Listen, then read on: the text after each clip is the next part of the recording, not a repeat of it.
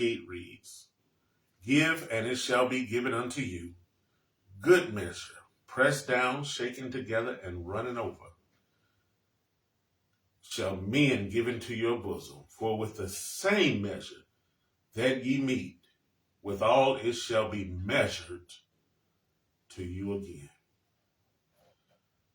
I'm going to be coming to you this morning from this thought, making room for more. Making room for more. Paraphrasing Kim Fields' character Tootie from The Facts of Life. I'm going to be in trouble. Good trouble, y'all. Good trouble. As one of our great late politicians said, good trouble. Going to be in trouble. Because I'm about to go against something that has been said and done for ages. I'm going to be in trouble because I'm about to go against the grain, and there are some preachers, pastors, teachers, and so forth who may want to fight me if they hear this. I'm going to be in trouble because I'm about to teach and preach from a verse that is normally recited at offering time. But I'm not about to talk about money. Not about to talk about money. Not even going to mention, don't mention it because I'm saying the word money, but I'm not trying to encourage giving money. I'm going to be in trouble. Take a walk with me. Take a walk with me. Let's explore the context of Luke 6:38. Let's do this together. Context of this verse begins at verse 27. And for the sake of clarity and wording, I'm going to be reading from the New King James Version of the Bible. Starting at verse 27, it says, But I say to you who hear, love your enemies. Do good to those who hate you. Bless those who curse you, and pray for those who spitefully use you. To him who strikes you on the cheek, offer the other also. And from him who takes away from him who takes away your cloak, do not withhold your tunic either. Give to everyone who asks of you. And from him who takes away your goods, do not ask them back. And just as you want men to do to you, you also do to them likewise. Going into verse 32, Jesus says, But if you love those who love you, what credit is that to you? For even sinners love those who love them. And if you do good to those who do good to you, what credit is that to you? For even sinners do the same. And if you lend to those from whom you hope to receive back, what credit is that to you? For even sinners lend to sinners to receive as much back. But love your enemies. Do good and lend, hoping for nothing in return. And your reward will be great. And you will be sons of the Most High. For he is kind to the unthankful and evil. Therefore be merciful, just as your Father also is merciful. Judge not, and ye shall not be judged. Looking at verse 37. Condemn not, and you shall not be condemned. Forgive, and you will be forgiven. Then comes our text.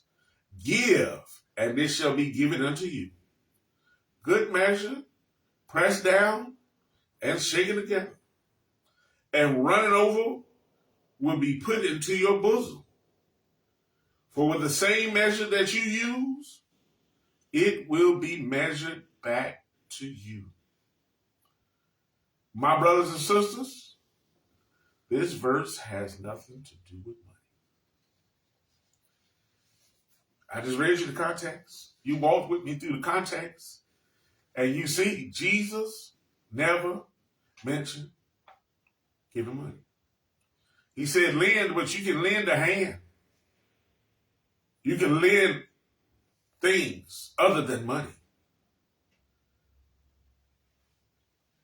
He never said nothing about money.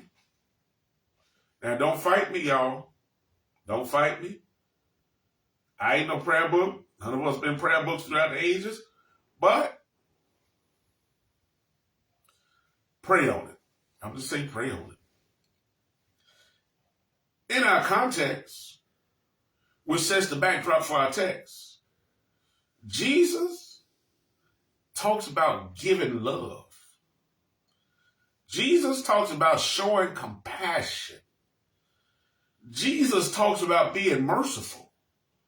And Jesus talks about providing forgiveness. Those are the things he talked about. Paul said in the 13th chapter of 1 Corinthians, though I speak with the tongues of men and angels, but have not love, I have become sounding brass or a clanging cymbal. And though I have the gift of prophecy and understand all mysteries and all knowledge, though I have all faith, so that I can remove mountains, but have not love, I am nothing. And though I bestow all my goods to feed the poor, and though I give my body to be burned, but have not love, it profits me nothing. I came to tell somebody this morning that love will make you compassionate. Love will make you merciful, and love will make you forgiving. I believe that's why Jesus began this discourse talking about love. And when one operates out of love, they do not look for anything in return. You know, I hear so many people talking about how they've been there for people, how they've done for others, and what all they've done for people. But when they need somebody, nobody's there for them. Everybody's got an excuse why they can't help them. Everybody's got an excuse why they can't do it. They say, so I'm going to stop doing from others. My question is, did you do what you did out of love, or were you doing it to be able to make a phone call one day? Were you doing it to be able to call in a favor one day and say, hey, remember when I did X, Y, Z? This is what I need now. Love don't do that. Love don't do that. No. Anybody could do that, but Jesus says right here in the context, if you are going to be claiming to be of the way, you can't be like that. Because even people that's not of the way show love, don't expect nothing. And if you're supposed to be, not that we're better than them, but if you're supposed to be a step above them, if you're supposed to be the light showing what the world should be like, how can you have the people who are not of the way showing a better way? I stopped by, y'all, on my way to heaven. Because I need to tell somebody that you can give all the money in the world, but if you're only doing it out of obligation, your giving is in vain. If you're only giving because it's offering time, if you only be giving because that's the habit you were raised to do, if you're only giving because you don't want other people to see that when the plate was passed, you didn't put nothing in, or when the envelope was passed, or when they were taking up a collection from somebody, you didn't want people to say, oh, you ain't give nothing. If you're only doing it out of obligation, your giving is in vain. I stopped by, y'all, on my way to heaven to tell somebody, you can give all the money in the world, but if you're giving for an ego strike, then your giving is in vain. If you're giving just to have your name mentioned, if you're giving just to have your name put on the roll, if you're giving to get your name posted somewhere that you gave, if you're giving for recognition, if you're giving so that people can say you're always giving, hey, this person, they always give. They gave us this. Oh, look what we got now because this person gave us this. This person provided that. Oh, if you're only looking for power, prestige, and pomp out of your giving, then your giving is in vain. It don't mean nothing.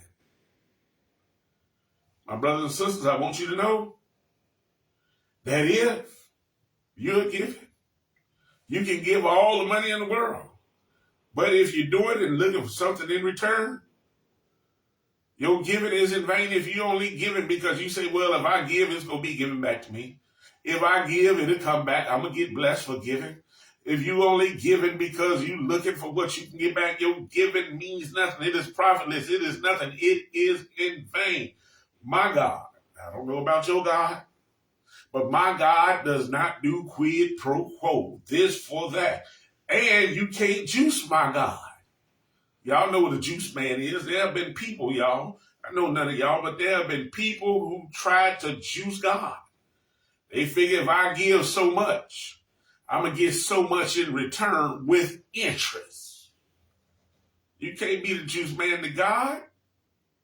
He got more to give than you got. So I'm saying you can't beat God given.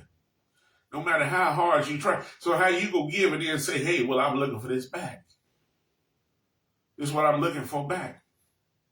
It is in vain. Our text, give and it shall be given unto you. Good measure pressed down and shaken together. And running over shall men give into your bosom for the same measure you meet withal, it shall be measured unto you again. That's our text. Very simple text. Give and it shall be given unto you. Good measure pressed down and shaken together. So y'all, I didn't do too great in English class in school, but I do know when the sequence ended, when it got to and, it was this, comma, this, comma, this, comma, this, comma, and. That was the end of the sequence. And our scripture says, given it shall be given unto you good measure, comma, pressed down, comma, and shaken together. Then it goes say, and running over shall men give into your bosom. Good measure, pressed down and shaken together. Oh, I'm going to touch on that. Give me a few seconds, y'all. I'm going to touch on that because I'm going to tell y'all about making room for more.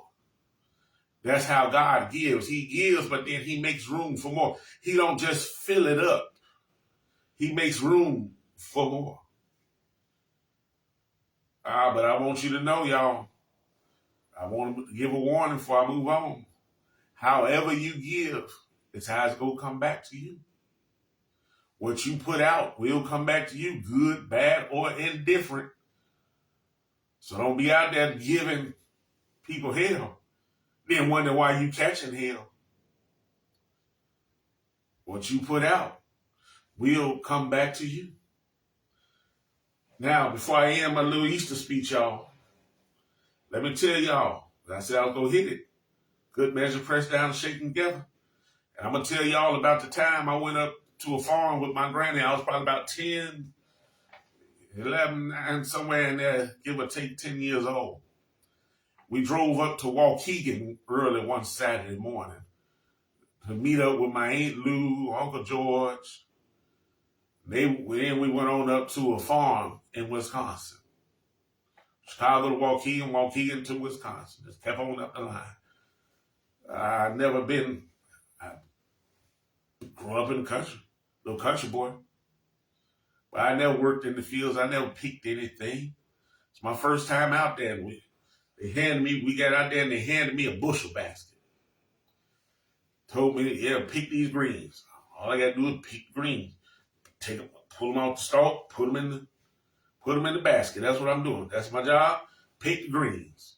I'm picking the greens. I'm thinking I'm doing something. I got there. I made about not even 5 minutes. I don't know. I'm going to say 5 minutes, give or take. Later, here I am talking about my basket full. They looked at me and said, boy, that basket ain't full. I said, yes, it is. I'm looking at greens at the top of this bushel basket. It can't go no, I can't get another green in there. I got greens falling off the basket because it's been ran over. They still working. I want to know how they still picking, and I'm done. My granny walked over there and said, boy, you ain't did nothing. Yeah, you can pick the greens, but you got room for more. The granny is full. So she did something. She said, let me show you what you do. She said, when your basket get full, you take both hands and you press it down.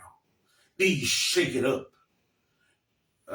She said, when you do that, you're making room for more. So you press it down. So you fill your basket up. Press it down. And you shake it up. I found that to be so true. Because every time I got that basket full, I pressed down. Come on, somebody know what I'm talking about. I filled the basket up. I pressed it down, and then I shook it up, and I made room for more. So now I was able to keep going just as long as they were. I was going down that line just like they were going because I was pressing it. I was putting in a good measure. I was pressing it down and I was shaking it up. That's what you got to do with your love. That's what you got to do with your compassion. That's what you got to do with your mercy. That's what you got to do with your forgiveness. You got to fill it up. Get a good measure in your basket. Press it down and shake it up. Make room for more, because when you make room for more, God will give you more. Because when you make room for more, when you give more love, God gives you more love than you can give other people. When you're compassionate to people, God gives you more compassion in your situation. He'll press it down and shake it up and then run it over with me and give to you because, see, everybody had got ahead of me when I thought I was doing something. And I really wasn't doing nothing. But now that they were done, when they had got done picking and they really had no room because they were pressing down and shaking it together, they started helping me. They started putting into my basket. They were coming over so we could all go ahead and get done and get back. I come to tell somebody this morning that when you give and you give out of pureness of heart, God will press down and shake it together. He'll give you good measure, pressed down and shaken together and running over. I mean, when I say run over, let me explain to you what running over is. That means from out of nowhere, people, places, and things. He'll make sure that everything that you need is right there and taken care of. He'll always keep making room for more.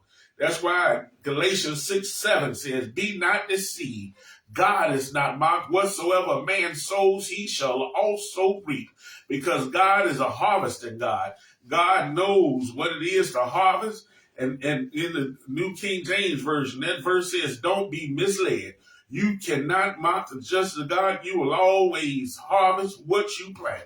So if you looking to catch hell, keep planting hell. If you looking to keep mess, if you want to keep mess going, guess what? You're going to have a messy life. But if you want love in your life, you got to give some love. If you're looking for some compassion in your situation, you got to have a heart and compassion for other people. If you're looking for somebody to have mercy on you, you got to first give mercy. If you're looking to be forgiven, forgive us this day.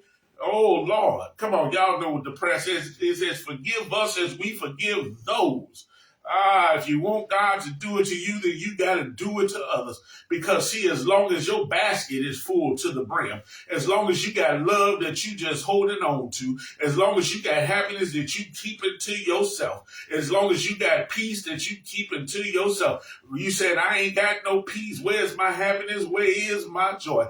Greater is he that is within you than he that is within the world. But when you're holding on to that thing and you ain't giving it out, you just doing the opposite of everything that's within you, you can't get it back to you. But when you start to give that love, that's when God presses it down and shakes it together because you got room in your basket. So keep pressing down and shaking together so the Lord can keep putting more love in your life. So the Lord can keep putting more peace in your life. He can keep putting more joy in your life. He can keep forgiving you as you forgive others. As you have compassion for others, he can show more compassion to you because you making room. But I want to tell you once again, as long as your basket is full and you ain't making room, you ain't gonna never. You ain't gonna never get more in the basket. Give, and it shall be given unto you. Good measure, pressed down, and shaken together. He making room for more. And running over, coming from every which way, as they say back home. It will be given back to you. As I said in the onset, I say now. That verse ain't got nothing to do with money. Be blessed, my brothers. Be blessed, my sisters. I love you. God loves you. Ain't a dadgum thing you can do about it.